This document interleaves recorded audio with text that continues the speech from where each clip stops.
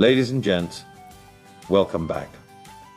The people of Canada will never cease to amaze me with their cleverness when they're put in a position or they're not allowed to do something. They'll do something else and fight back in a sarcastic, clever way.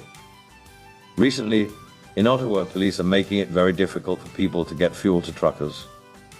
They started arresting people who were trying to bring fuel to the truckers. So in response, we have one of the greatest trolls in history taking place tomorrow. If you live in Ottawa, grab a jerrycan and join the party.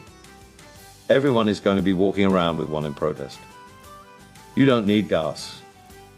So everyone's going to be walking around with an empty can, already started yesterday before the sun even went down. This is the scene. And what do the police even do? What do you do if everyone's walking around with a jerrycan and they're not saying to bring gas? So we came here with a symbol of to protest with jerry cans, and those two are brand new, filled with water. And thank you very much.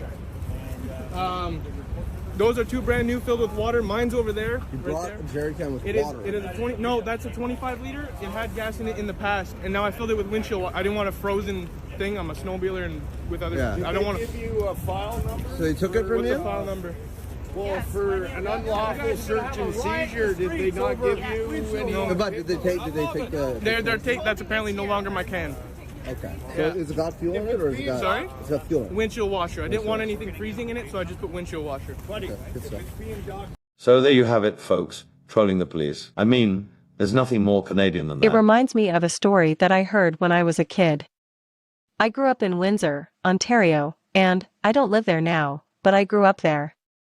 There's a story about how, during the War of 1812, the troops on the Canadian side were really low in numbers, and the troops on the American side looked like they had a massive force.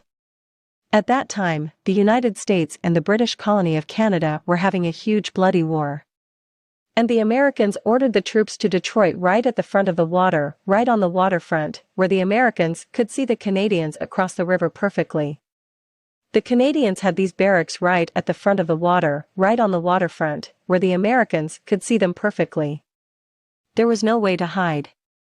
So he ordered his 100 troops to walk out the front door, move to the side, walk around the building, right back into the back door, and walk right back up the front all day, and the generals on the Detroit side were like, holy cow, there were thousands of them, and they called off the invasion that they were planning. So there you have it, folks. Keep it beautiful. Also, keep it peaceful, and above all, keep on trucking.